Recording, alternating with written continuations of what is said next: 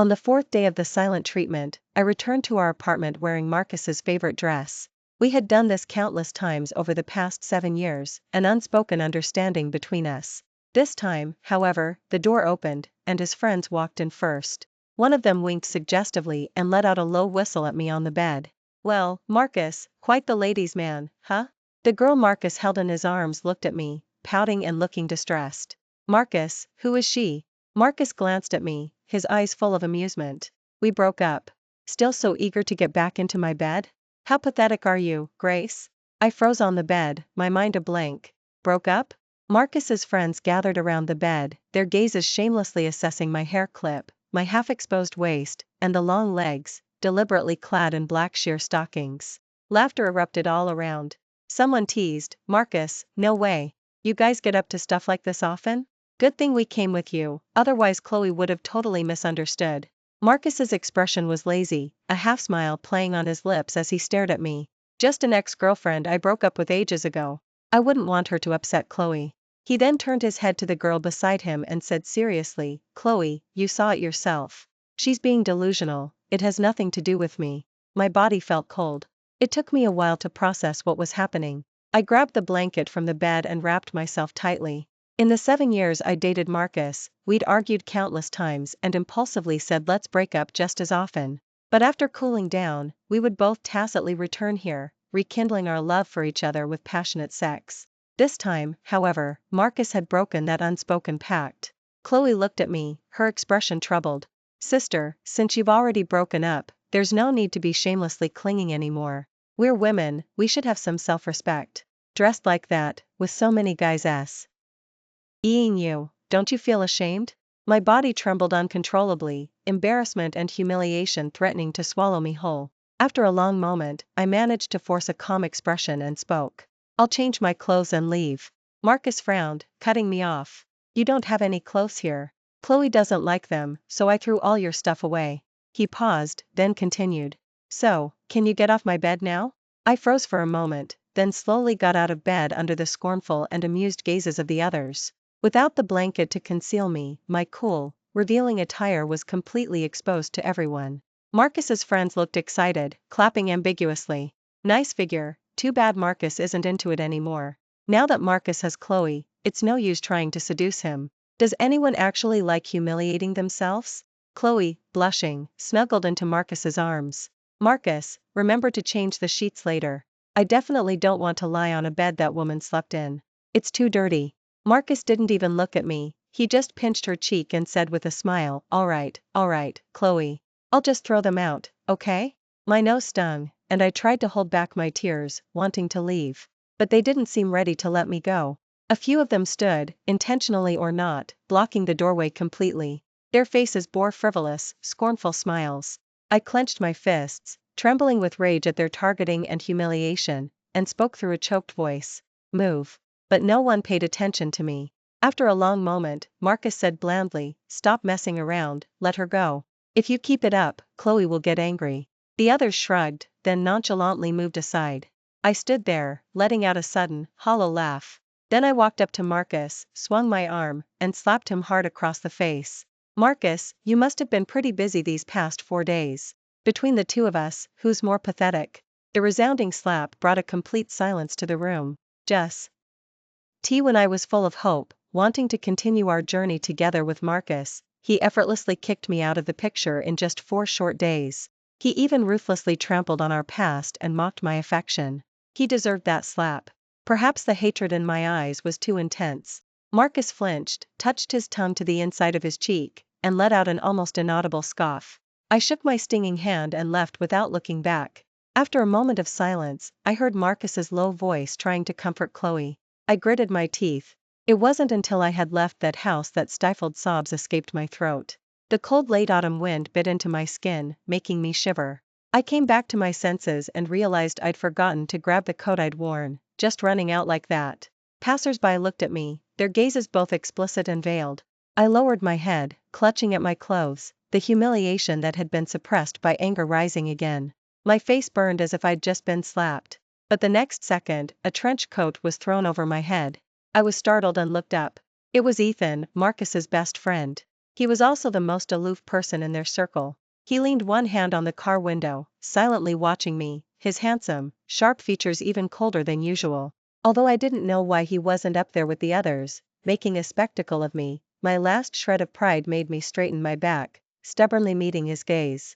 After an unknown amount of time, Ethan pulled his gaze away, stepped on the gas, and drove off, leaving only a single sentence carried on the wind. "It's new, never worn." I clutched the thrown trench coat, silent for a long time, then decided to put it on. My phone buzzed twice. It was a text message from my parents, urging me to come home for a blind date. Marcus and I had been in an on-again, off-again relationship filled with arguments over the years. My parents, who were initially supportive, had later become silent. My mother had even advised me, if he truly loved you, why wouldn't he marry you after 7 years?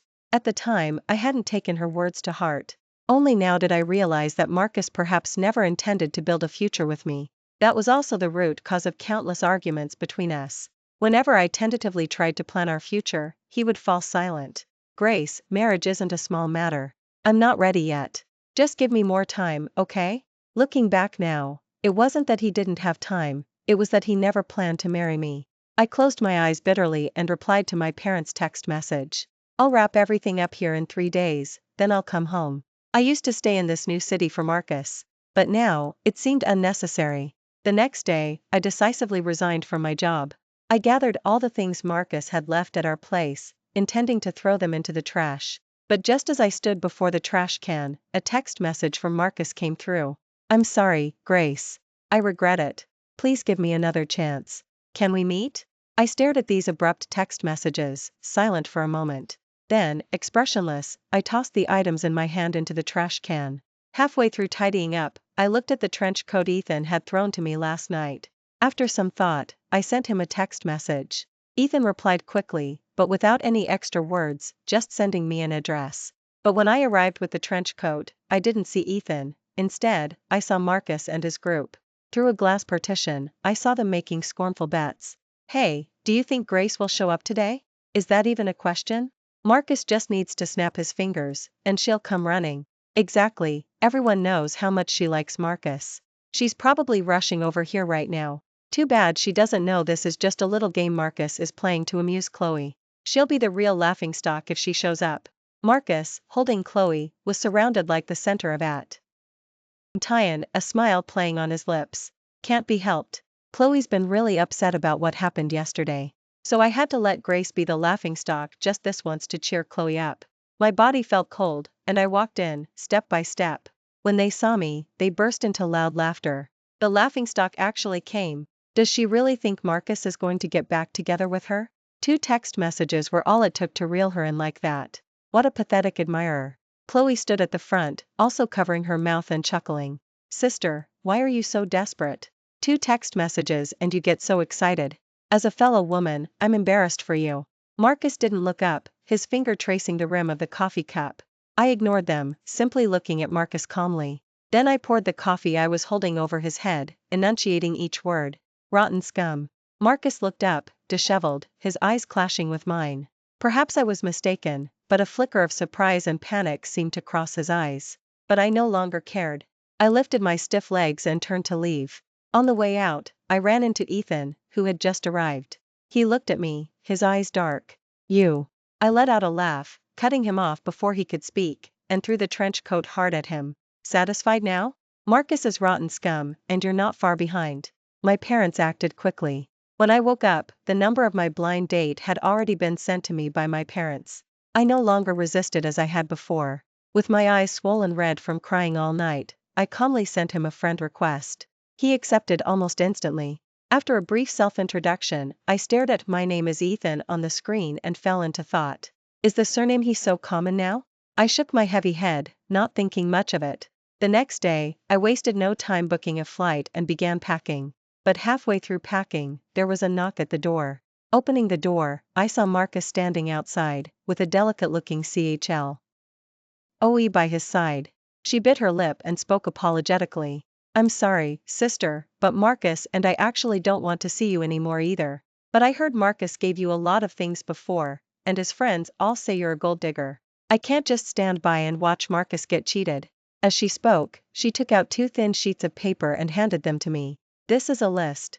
Please return all the items according to what's written on it, sister. Marcus's expression was calm, as if he were idly scrolling through his phone screen. But my phone kept flashing. Just give them to her. Chloe is young and easily jealous, be a little understanding. Don't make her angry again. If you can't bear to part with them, I'll just buy you new ones later, as a breakup fee. My gaze swept over the list, then at the text messages, and I inexplicably felt like laughing.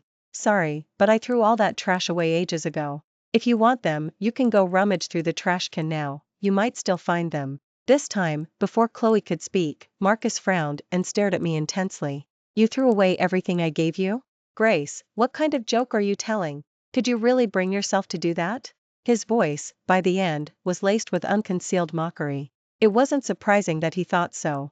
In the past, anything he gave me, even a cheap hair tie bought casually by the roadside, I would carefully collect and couldn't bear to throw away. But now, things were entirely different. I suppressed my anger and scoffed. How can you throw things away, but I can't?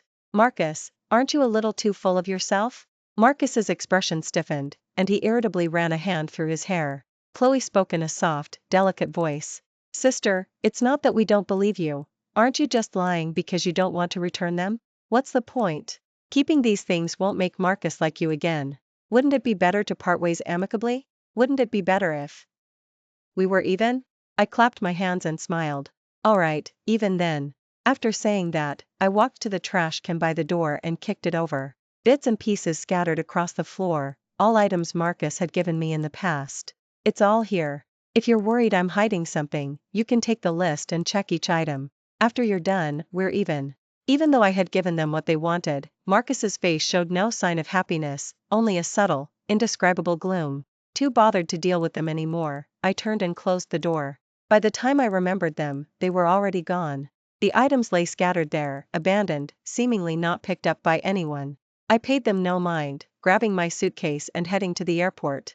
Before boarding, I snapped my old SIM card and threw it down the drain, a final farewell to the past. My involvement with Marcus should have ended there. But I didn't expect to see Marcus not far away, just as I exited the airport. Beside him stood not only Chloe, but also a cool-faced Ethan.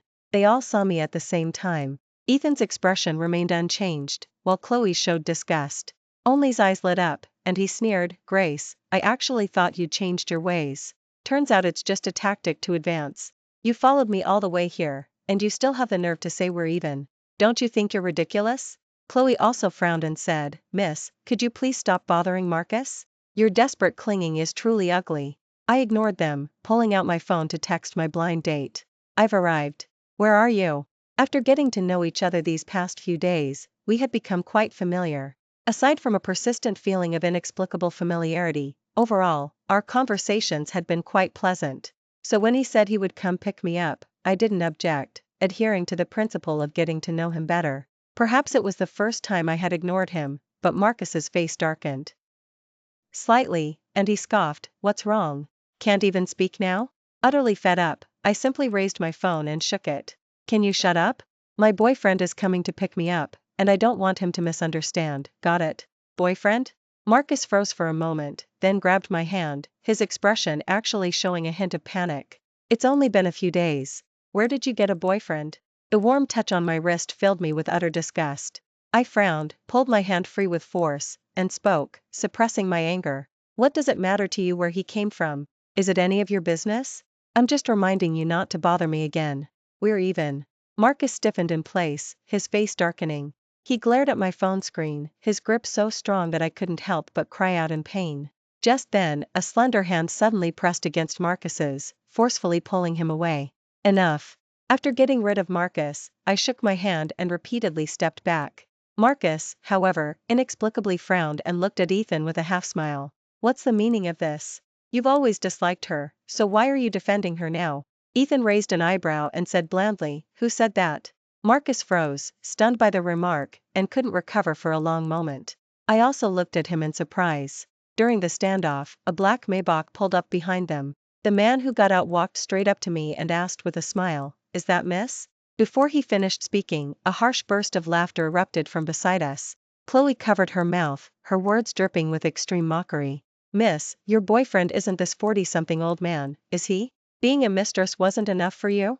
Now you've hooked up with a sugar daddy? Marcus, however, seemed to have realized something, and his face instantly turned incredibly grim. But just then, under everyone's watchful eyes, Ethan took my hand and calmly interrupted her. Of course not. Because the boyfriend she's talking about is me. I didn't fully process what had happened until Ethan led me into the Maybach and we drove away. Through the rearview mirror, however, I saw Marcus standing rooted to the spot, a heavy, dark storm swirling in his eyes. He didn't even react when Chloe called out to him from beside him. What? Can't let go? A light voice by my ear instantly pulled me back to reality. I looked at Ethan, who was sitting beside me, frowned, and pulled back my hand, which he was still holding tightly. Let me out at the roadside up ahead. Ethan turned his head and met my gaze. Why? Didn't we agree I'd take you home? I looked at him indifferently, saying nothing. Ethan showed no sign of guilt or remorse for deceiving me, merely stating blandly, you just said I was your boyfriend. Now you don't want to admit it? I let out a cold laugh and slapped him across the face. Ethan, is toying with me fun? The car fell silent instantly. Even the driver in the front seat was startled, averted his gaze, and straightened his back. A bright red handprint quickly appeared on Ethan's face.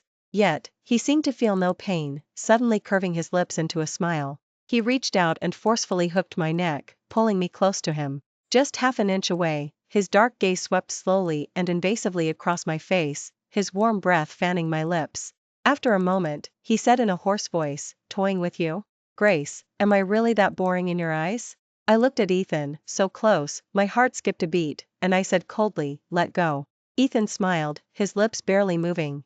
It took me so long to get a chance to get close to you. Why won't you believe that I genuinely like you? His tone was calm, yet he didn't seem to require an answer from me. After speaking, he released me and returned to his seat. A lingering warmth seemed to remain on the back of my neck, making my spine tingle. But I paused, and in the end, said nothing. Once we arrived, I got out of the car directly with my suitcase, my interaction with Ethan was over. To my surprise, he actually followed me home. My parents were overjoyed to see me arrive with Ethan. Ethan also greeted them familiarly, as if they had known each other for a long time. Seeing this strange scene, I frowned, inexplicably recalling what he had said in the car. But how could that be? In the 7 years I was with Marcus, Ethan was always the most indifferent one. I couldn't be bothered to think more about it, so I ignored Ethan's rare enthusiasm and went back to my room. When I came out after unpacking, Ethan was already gone. But in the living room, there was still an uninvited guest. My mother looked at me somewhat awkwardly, shaking her head helplessly. I took a deep breath, stepped past the person, and headed outside.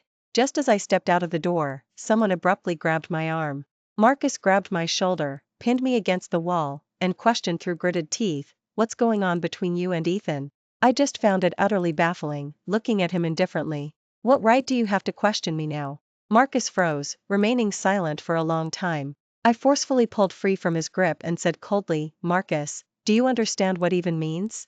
It means that even if Ethan and I slept together today, it would be none of your business. Marcus's expression was grim. He stood his ground against me, unwilling to leave. He suddenly scoffed, reverting to his former easygoing demeanor. Grace, I'm just being kind and reminding you because you're my ex-girlfriend. Ethan can have any woman he wants, why would he like you? You're not naive enough to think you're some kind of irresistible charmer, are you? He's only approaching you to humiliate you. If you had any brains. Suddenly, the crisp click of a lighter lid snapped open beside us, abruptly cutting Marcus off. The orange flame illuminated the figure hidden in the darkness next door. Ethan toyed with the lighter in his hand, a cigarette dangling from his lips, and spoke slowly. Go on, I'm listening. Marcus naturally didn't continue. His expression slightly darkened, then after a moment, he curled his lips into a defiant smirk and spoke. Ethan, drop it, for my sake. Grace was with me for 7 years, after all. If you want to have fun, you don't need to involve her. Ethan walked over, casting a lazy glance at Marcus before his eyes settled on me. Your sake? Marcus, don't overestimate yourself. How much is your sake even worth? If you had any brains, you'd go spend time with your new girlfriend instead of interrupting me while I'm wooing my future wife. Marcus's gaze suddenly turned cold, unable to maintain even his false smile. Watching the two men who used to be good buddies now confronting each other, I suddenly found myself intrigued. I wasn't in a hurry to leave anymore, watching them with keen interest. Ethan was the first to notice my expression. He raised an eyebrow and leaned in close to my ear. Enjoying the show? Kiss me, and I'll show you something even more interesting. I feigned indifference, yet didn't push him away. Seeing this, Marcus's face finally turned completely dark. He clenched his fists and gritted his teeth, muttering, "Grace, don't come pleading me when he dumps you."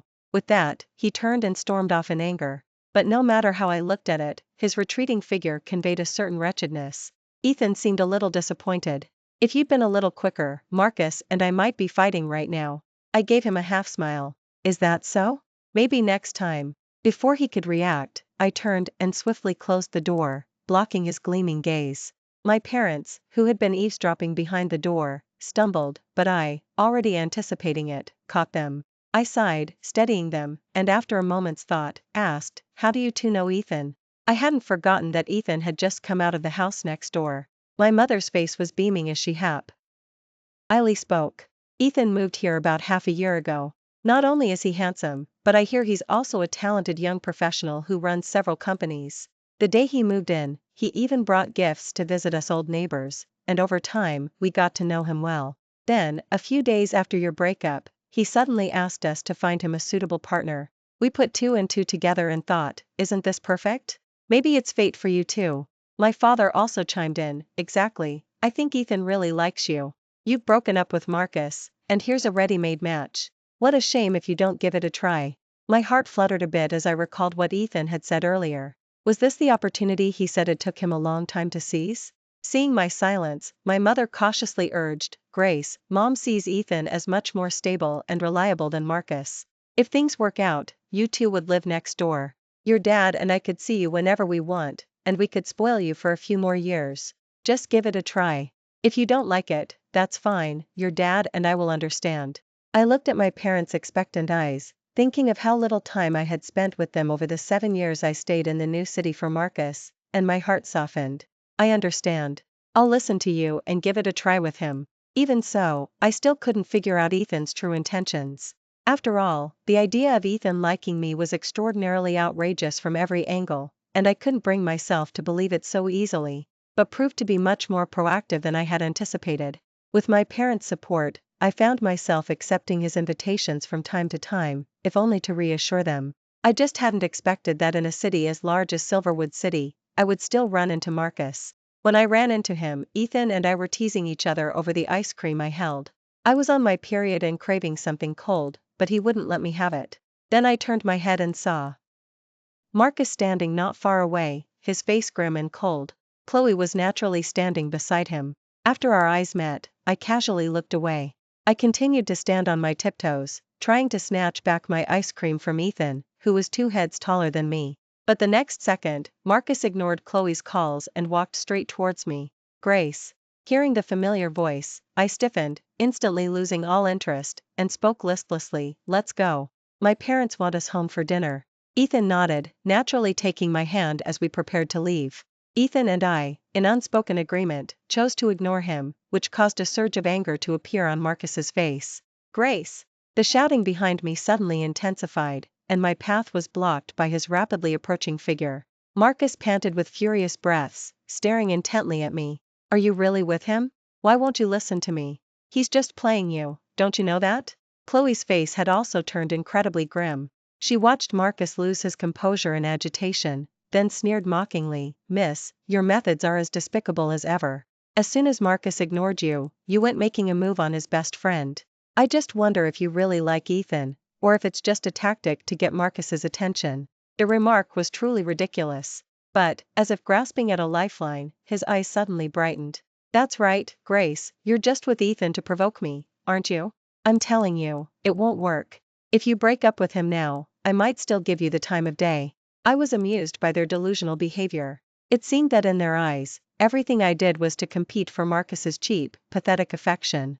They didn't know that Marcus, to me, was long since insignificant. I was speechless for a moment. Then, I simply turned sideways, grabbed Ethan's collar, pulled him down, and without hesitation, kissed him right in front of the two of them. His lips were soft, still carrying the sweet scent of ice cream. I was momentarily dazed. The next second, Marcus's furious roar erupted in my ear. "Damn it, get away from her." A sharp whoosh of air brushed past my eyes. Marcus punched Ethan in the face. Ethan pulled me behind him, and the two men immediately started brawling. I had no intention of stopping them, standing with my arms crossed, occasionally glancing at the fight. Chloe's face turned pale. She tried to intervene but was accidentally kicked in the stomach by Marcus, falling to the ground and unable to get up for a long time. But, who had always doted on her, now couldn't even be bothered to glance at her. I looked down at Chloe, chuckled twice, and silently mouthed two words. Laughingstock. Chloe's expression showed deep humiliation. Trembling with anger, she got up with red eyes and ran off. By this time, Marcus was pinned beneath Ethan, who delivered a punch to his stomach, completely draining all his strength. Ethan then stood up, shook his wrist, and walked over to me. He started it. Look, it's already bruised here. His gaze lowered, and his usually cold and composed face showed a hint of being wronged. But I could clearly see that, apart from the very first punch, Ethan hadn't taken any more hits. Instead, he had struck with extreme force, aiming every punch at Marcus's face, practically beating him black and blue. In other words, Marcus had been on the receiving end of a completely one-sided beating. But I was happy to play along, pretending to tenderly blow on his faintly bruising lip. Marcus, on the ground, coughed violently a few times, his eyes having reddened at some point, staring at me pleadingly. Grace. I looked at him, and as his eyes suddenly brightened, I slowly began to speak. Actually, up until this very moment, Ethan and I had no relationship whatsoever. But thanks to your little scene, I think he's pretty great, so, from this moment on, we're together. After saying that, I deliberately took Ethan's hand and gave Marcus a slight smile. Thanks, Marcus. Ethan was stunned for a moment, then quickly recovered, interlocked his fingers with mine, and smiled more openly than ever before. I should be thanking you too. Thanks for the generous gift, good buddy. Marcus watched us, his eyes bloodshot with fury, his gums almost bleeding from how hard he was clenching his teeth. I clearly saw regret, pain, and humiliation in his eyes, but I no longer cared. It wasn't until we were almost home that Ethan, who had been silent throughout the drive, finally made a move. He held me tightly, pinning me against the dark corner, his voice hoarse. This time, Grace, are your words true? I said nothing, simply smiling as I met his gaze. Ethan's eyes darkened, and he leaned in, resuming the unfinished kiss from earlier. The next day, Marcus unexpectedly came to find me. He stood downstairs from my apartment building, waiting for who knows how long, his coat hem damp with the cold dew of late autumn. The injuries on his face, having festered overnight, had become even more grotesque and frightening. I looked at Marcus, who was blocking my path, and uncomfortably pulled away. Marcus saw my movement, his eyes dimming slightly, yet he still spoke earnestly. Grace, I'm sorry. I've already broken up with Chloe. Please don't be angry anymore, okay? Let's start over. You've always wanted a future with me. This time, we'll go back and get married, okay? I'll listen to you. I'll cut ties with everyone who bullied you before, and I impatiently cut him off. Marcus, what are you even talking about? We're even, understand? Whether you break up or cut ties, it has nothing to do with me. Ethan is 1,000 times better than you. How dare you be so confident that if you just turn around, I'd abandon Ethan to go back to a rotten ex like you? I retorted, making Marcus's face turn pale. It was a long moment before he spoke, his voice trembling. No, those were just angry words before. I never actually wanted to break up with you. I just found our constant arguing annoying, so I wanted to do something to provoke you. Chloe was just a tool I used to provoke you. I've always only loved you, Grace, please forgive me. I let out a laugh. Love? The love you talk about means letting your friends humiliate and mock me, letting Chloe repeatedly provoke me, trampling on my dignity and self-respect? Don't you think what you're saying is ridiculous? Marcus had no words. After all, he couldn't even explain himself, only muttering apologies repeatedly. I let out a weary sigh. Seeing the figure approaching from across the way, my last shred of patience vanished. Enough. Marcus, don't ever appear in front of me again. Seeing you just makes me sick. Marcus staggered, looking at me utterly despondent, his face ashen. But just as I brushed past him, he suddenly grabbed my hand, his eyes flashing intensely. Grace, it's okay if you don't forgive me, but isn't a good person either. The reason Chloe and I are here is because he intentionally brought us. He doesn't like me at all. He just wants to humiliate me in front of my face, using you to do it. I paused, but said nothing. Instead, under his desperate gaze, I walked straight towards Ethan, who was not far away. Did you hear that? I said calmly. Ethan nodded. I can explain. I gave a half smile and gestured for him to speak. Ethan didn't deny it, speaking slowly. Whether it was bringing Marcus and his friends to Silverwood City, or when I first brought you in front of Marcus, yes, it was all intentional. But all of this was just for you to completely give up on him. Otherwise, how would I have had a chance to win you over? In a few words, he revealed his intentions, his expression composed. Yet I noticed a flicker of panic in his eyes, and his fingers squeezed my hand tightly, as if he was afraid I would leave. I smiled, mimicking his grip, and gently squeezed his hand back, saying, "All right, I'll forgive you this once." Ethan secretly breathed a sigh of relief, gazing at me steadily as he softly said, "Marcus was a blind fool to give you up. But he completed me. Grace, my love for you was long planned. I've been in love with you since Marcus first brought you to me. That's why I was his friend for 7 years, and finally, I won you over." I stared at him, taken aback. After a moment, I burst out laughing. The next time I saw Marcus was at Ethan's and my wedding. It wasn't just him, but also the friends he used to hang out with. They were specifically invited to witness my extravagant display of happiness. Throughout the event, Marcus kept watching me, his face grim and haggard. His friends no longer had the easy familiarity they once shared with him. Each of them looked upset but could only sit awkwardly in their seats. Most of them were idle, having previously been dependent on Ethan. But they never expected that one day, I, the one they had once bullied, would be with Ethan and receive all of his favoritism. Later, I heard that Marcus and his friends became enemies and were involved in several mass brawls. Due to the severity of their actions, they all ended up in jail. I had no reaction to this. After all, truly happy people don't dwell on the misfortunes of others.